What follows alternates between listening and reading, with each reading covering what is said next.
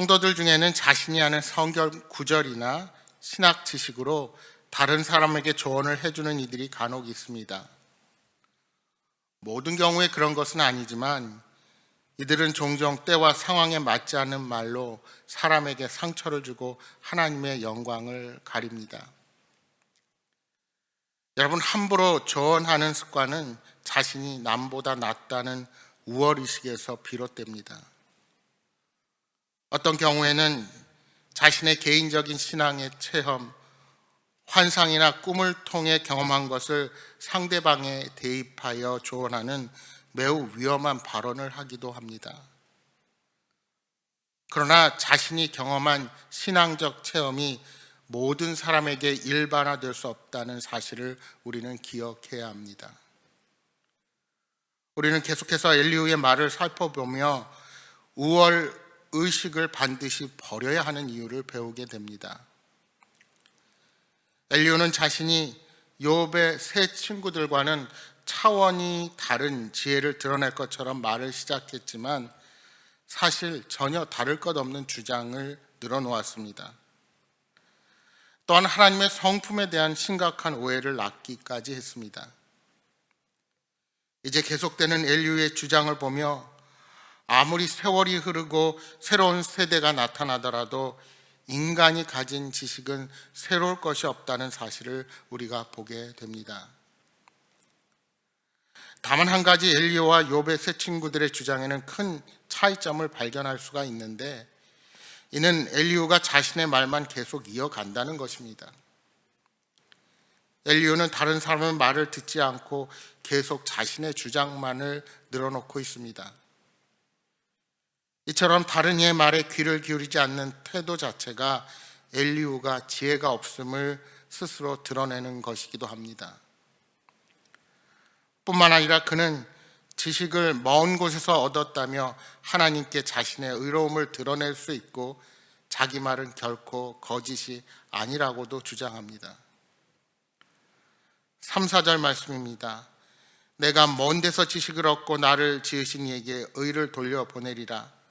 진실로 내 말은 거짓이 아니라 온전한 지식을 가진 이가 그대와 함께 있느니라. 자기 자신을 가리켜 온전한 지식을 가진 이라고까지 지칭하고 있습니다.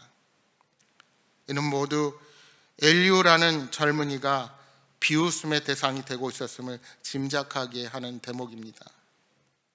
어쩌면 욥과 욥의 세 친구들은 엘리후의 말을 들으며 어이없이 쓴 웃음을 짓고 있었을지도 모릅니다.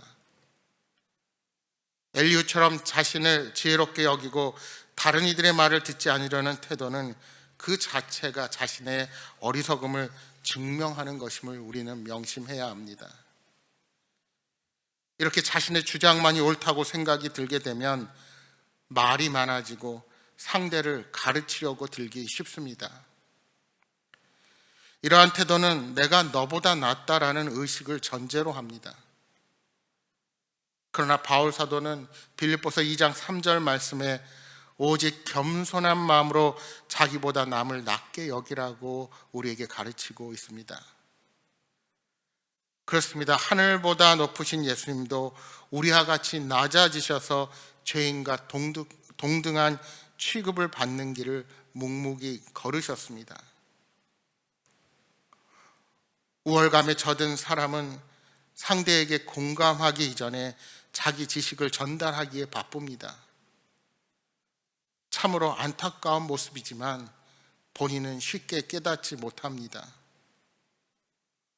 여러분, 이런저런 일로 아파하는 사람의 문제를 내가 해결하려고 들지 말고 그저 그 사람의 마음을 알아주려고 노력하시기 바랍니다.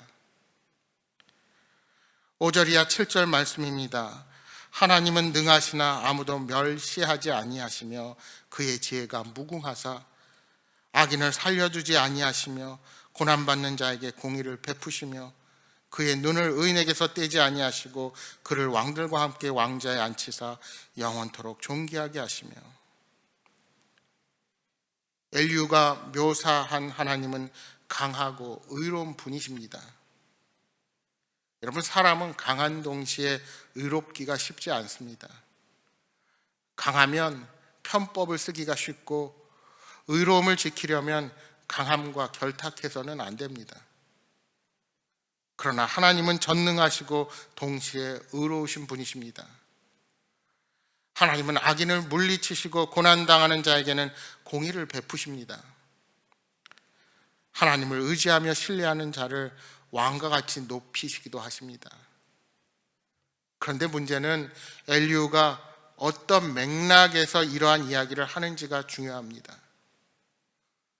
악인들을 살려두지 않으신다고 하는 이유가 무엇입니까?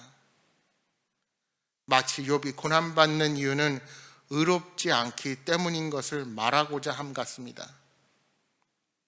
그러나 여러분, 성경 말씀이 어려움에 처한 사람을 공격하는 도구로 쓰면 안 됩니다. 내 주장을 펴기 위해 하나님의 말씀을 빙자하여 말해서는 안 되는 것입니다. 계속해서 8절 이하 10절에서는 하나님이 사람에게 어려움을 주시는 이유가 그 악행과 자신들의 교만을 알게 하시기 위함이라는 겁니다. 그러니까 결국 엘리후의 주장도 욥의 세 친구들의 주장과 별반 다르지 않습니다. 게다가 하나님의 말씀에 순종하면 형통할 것이고 그렇지 않으면 지식 없이 죽을 것이라고 말하며 욥을 깎아내리는 비난까지 서슴지 않는 것입니다. 13절 14절의 말씀입니다. 마음이 경건하지 아니한 자들은 분노를 쌓으며 하나님이 속박할지라도 도움을 구하지 아니하나니 그들의 몸은 젊어서 죽으며 그들의 생명은 남창과 함께 있도다. 엘리후는 욥을 경건하지 않는 자로 규정하면서 일찍 죽는 남창과 같은 자로 취급당하리라는 저주까지 퍼붓고 있습니다. 물론 엘리후는 나름대로 욥을 위해 이런 말을 한다고 생각했을 것입니다. 15절 말씀처럼 욥이 하나님 앞에서 죄를 회개하여 곤고함과 학대에서 벗어나도록 가르치려는 것이었습니다. 하지만 진실된 사랑이 결여된 채로 스스로 지혜롭다고 생각하는 자의 주장이 어떠한 변화도 가져올 수 없습니다. 욥은 기존의 질서, 즉 그동안 자신이 당연시 여겨왔던 일과 너무도 먼 고통의 상황이 이해가 되지 않아서 지금 하나님 앞에서 깊이 씨름을 하고 있습니다. 하나님 앞에서 자신이 당하고 있는 고통이 어떤 의미인지 진실로 깨닫기를 간절히 바라고 있습니다. 그런데 우월의식에 빠져서 상대방의 복잡한 상황을 인식하지 못한 자가 오히려 더 큰 상처를 안겨주고 있는 셈입니다. 그래서 우월의식에 빠진 교만한 자는 아픔 중에 있는 자의 문제를 풀어주기는커녕 더 큰 상처를 주고 하나님의 영광도 가리게 되는 겁니다. 여러분, 우리는 하나님이 하시는 일을 다 이해할 수 없습니다. 단지 그분의 주권을 인정할 뿐입니다. 하나님의 지혜가 무궁하고 그분이 고난받는 자에게 공의를 베푼다는 엘리후의 말 자체는 진리입니다. 하지만 그는 욥을 악인으로 전제하고 공격하기 위해 하나님의 말씀을 쓰고 있기에 그 자체로 진리의 말이 총이 되고 칼이 되어버린 것입니다.